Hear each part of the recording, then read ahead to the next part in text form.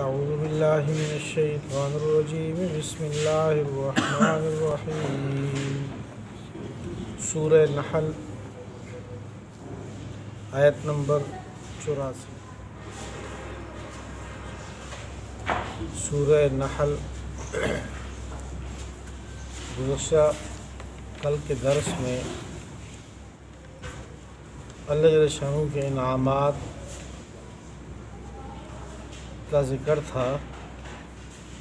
اللہ جل شانہ کی تخلیق کا ذکر تھا، ان کے انعامات کا ذکر تھا کہ اللہ وہ ذات ہے جس نے تمہیں ماں کی پیٹ سے پیدا کیا، لا تعلمون شیئا، تمہیں کچھ بھی علم نہیں تھا، پھر تمہیں سکھایا سب کچھ، تمہارے لیے کان، ناک، آنکھ، دل بنائے، سارے اعضاء مکمل کیے، لعلکم تشکرون، تاکہ تم شکر ادا کرو اللہ کا۔ آپ آسمان میں اڑتے ہوئے پرندوں کو دیکھو، ان کو ہوا کے اندر کون تھامتا ہے؟ سوائے اللہ کے اور کوئی بھی نہیں ہے ذات جو اس کو ہوا کے اندر اس طرح تھامے اس کو۔ اللہ وہ ذات ہے جس نے تمہارے لیے گھر بنائے، گھروں کے اندر سکون بنایا رکھا، تمہارے لیے من جلود الانعام، جانوروں کی چمڑوں سے خیمے بنائے تمہارے لیے تاکہ تم اس کو سفر میں ساتھ رکھو، استعمال کرو۔ اسی طرح جانوروں کے جو بال ہیں اس میں بھی تمہارے لیے ساز و سامان انعامات ہیں، اور اسی طرح اللہ تعالیٰ نے تمہارے لیے لباس بنائے جو گرمی سردی سے اسی طرح لڑائی میں تمہارے کام آتا ہے۔ یہ سارے انعامات ذکر کرنے کے بعد آخر میں اللہ نے فرمایا یعرفون نعمت اللہ ثم ینکرونہا، یہ لوگ اللہ کی نعمتوں کو پہچانتے تو ہیں لیکن اس کا انکار کرتے ہیں، واکثرہم الکافرون، اور اکثر ان کے لوگ ناشکر ہیں، کافر ہیں۔ وَيَوْمَ نَبْعَثُ مِنْ كُلِّ أُمَّةٍ شَهِيدًا، اس رکوع میں اللہ تعالیٰ نے قیامت کا ذکر فرمایا کہ کل قیامت کے میدان میں ہر امت کو لایا جائے گا حساب و کتاب کے لیے، ہر امت کے اندر جو شہید ہے یعنی ان کے اوپر ان کی جو اعمال پہ جو گواہ ہوگا اس کو سب سے پہلے لایا جائے گا۔ گواہ سے مراد یہاں پر مفسرین فرماتے ہیں کہ اس امت کا پیغمبر ہوگا اس کو لایا جائے گا سب سے پہلے، کیونکہ جب امت سے پوچھا جائے گا ہاں آپ لوگوں نے میرے احکام کیوں نہیں مانے، کیوں کفر کیا، کیوں انکار کیا، تو وہ سراسر منکر ہو جائیں گے کہ ہمارے پاس تو کوئی آیا ہی نہیں ہے۔ اگر ہمارے پاس آپ کا پیغام لے کر کوئی بندہ آتا تو ہم لازماً مانتے، یہ تو ممکن ہی نہیں تھا کہ آپ کا پیغام ہمارے پاس آتا ہم نہ مانتے۔ اس وقت اس امت کے پیغمبر کو لایا جائے گا اور کہا جائے گا ہاں بتاؤ آپ کہ آپ نے اپنا پیغام پہنچایا ان تک، تو وہ گواہی دے گا اس بات پہ کہ میں نے اپنا پیغام پہنچا دیا، ان کو پیغام ملا، اس تک پہنچا ہے، اس کے باوجود یہ لوگ انکار کرتے رہے۔ اس وقت ظاہر بات ہے یہ تو ایک اجتماعی صورتحال ہوگی، وگرنہ انفرادی صورتحال تو کرامن کاتبین وہ فرشتے ہیں نامہ اعمال لکھنے والے، وہاں پر ایک ایک سیکنڈ کا حساب زندگی کا وہاں اس نامہ اعمال میں موجود ہے، جس کے بارے میں کافر خود کہیں گے کہ لا یغادر صغیرۃ ولا کبیرہ الا احصاها، کہ ما لہذا الکتاب، اس اعمال نامے کو کیا ہو گیا کہ اس نے تو ہماری زندگی کا نہ کوئی چھوٹا حصہ، نہ کوئی چھوٹا عمل، نہ کوئی بڑا عمل، کچھ بھی نہیں چھوڑا اس نے، الا احصاها، سب کو جمع کر کے رکھ دیے، زندگی کے ایک ایک لمحے کا حساب اس کے اندر موجود ہے اس میں۔ تو کل قیامت کے میدان میں پھر یہ ذلیل و خوار ہوں گے، اور اس میدان میں جو اللہ کے ساتھ شرک ٹھہراتے ہوں گے وہ مشرکین، ان مشرک ان معبودوں کو دیکھ لیں گے جن معبودوں کو یہ اللہ کے ساتھ شریک ٹھہراتے تھے،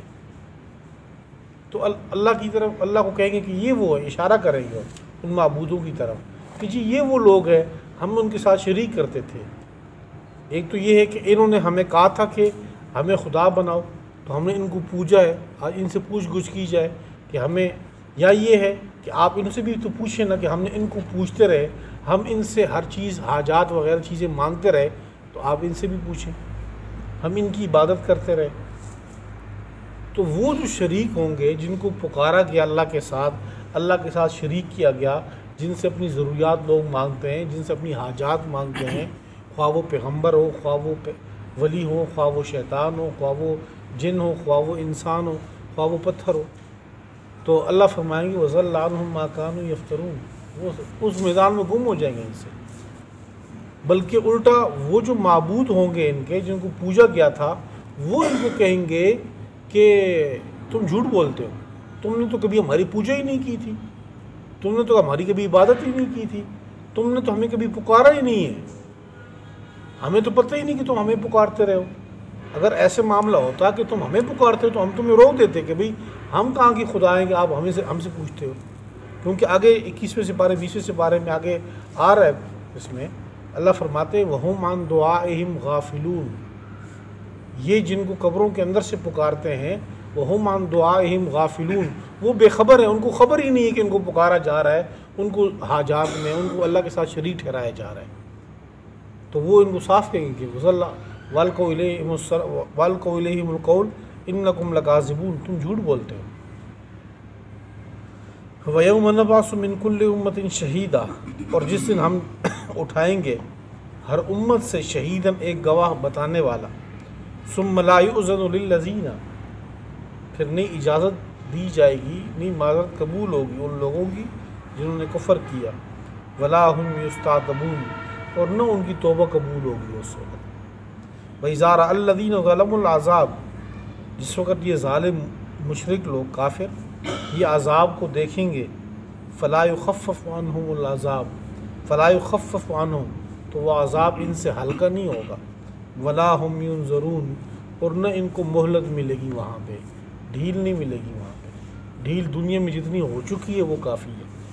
وَإِذَا رَأَى الَّذِينَ أَشْرَكُوا شُرَكَاءَهُمْ، اور جب دیکھیں گے الذین وہ لوگ، اشرکو جنہوں نے شرک کیا، جس مشرک لوگ یہ دیکھیں گے شرکاءہم اپنے شریکوں کو جن کو انہوں نے پوجا تھا اللہ کے علاوہ، قالو تو وہ کہیں گے ربنا ہاؤلاء، اے اللہ یہ وہ لوگ ہیں، شرکاؤنا یہ وہ ہمارے شریک تھے، الذین کنا ندعو من دونک جس کو ہم آپ کے علاوہ پکارا کرتے تھے، آپ کے علاوہ ان کو ہم پکارا کرتے تھے اپنے ضروریات، اپنے حاجات، اپنی مشکلات کے اندر۔ فَأَلْقَوْا إِلَيْهِمُ الْقَوْلَ، آگے سے وہ جواب دیں گے، وہ ڈال دیں گے ان کے سامنے بات کو، یہ بات کہیں گے ان کے سامنے کہ اِنَّكُمْ لَكَاذِبُونَ، بے شک تم جھوٹے ہو کہ ہمیں تمہیں کبھی پکارا ہی نہیں۔ وَأَلْقَوْا إِلَى اللَّهِ يَوْمَئِذٍ السَّلَمَ، اور یہ ڈال دیں گے، یہ مشرک لوگ ڈال دیں گے اللہ کے سامنے السلم، صلح کا پیغام، عاجزی اللہ کے سامنے ڈال دیں گے، اے اللہ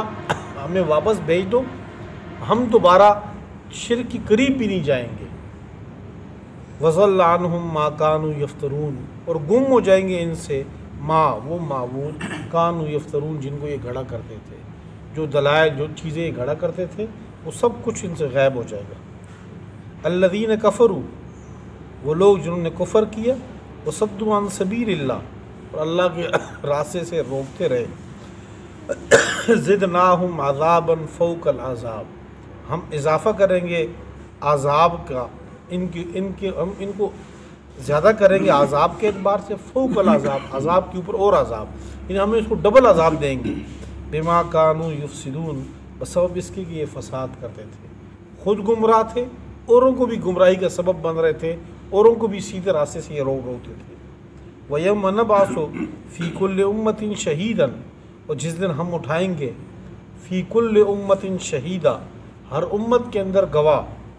علیہم من انفسہم، انہی میں سے، انہی کی جان پہ، انہی کی جان میں سے، یعنی انبیاء کو جو انہی میں سے تھے ان پر گواہ بنائیں گے، وجئنا بکا، اور ہم آپ کو بھی لے کر آئیں گے، شہیداً بطور گواہ،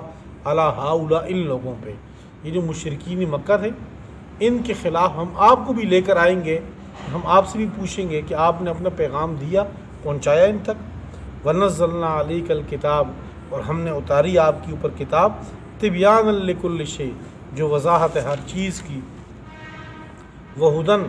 اس میں ہدایت ہے، وَرَحْمَةً، اس میں رحمت ہے، وَبُشْرَىٰ لِلْمُسْلِمِينَ، اور بشارت ہے ایمان والوں کے لیے، مسلمانوں کے لیے۔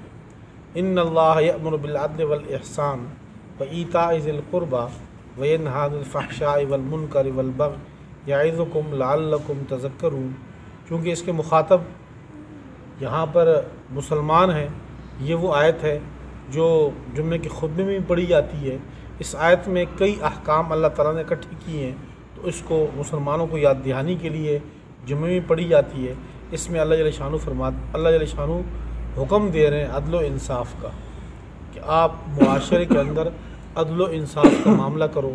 آپ گھر کے اندر سے ہو تب بھی عدل و انصاف کا معاملہ ہو، آپ ایک خاندان میں رہتے ہو تب بھی اگر معاملہ آپ کے پاس کوئی آئے تو وہاں پر عدل و انصاف کا معاملہ ہو۔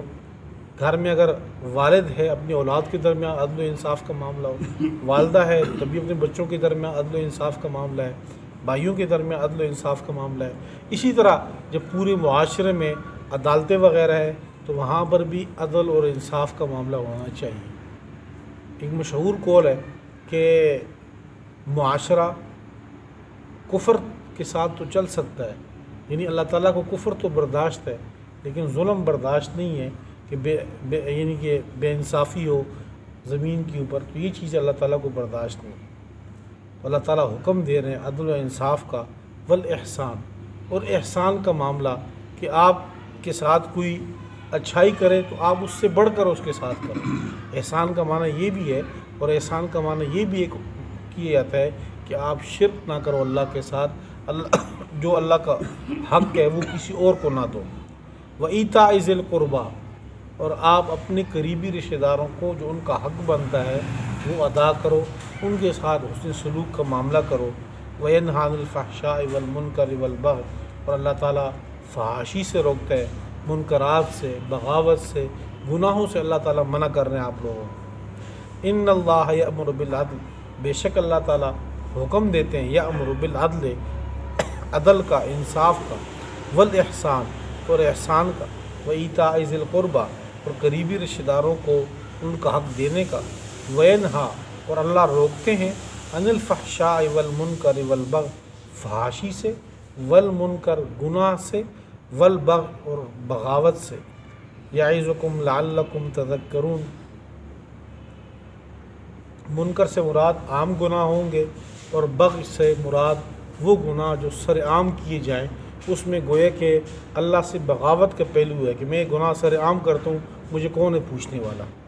یعظکم لعلکم تذکرون، اللہ تمہیں نصیحت کرتے ہیں، لعلکم تذکرون، تاکہ تم نصیحت حاصل کر لو۔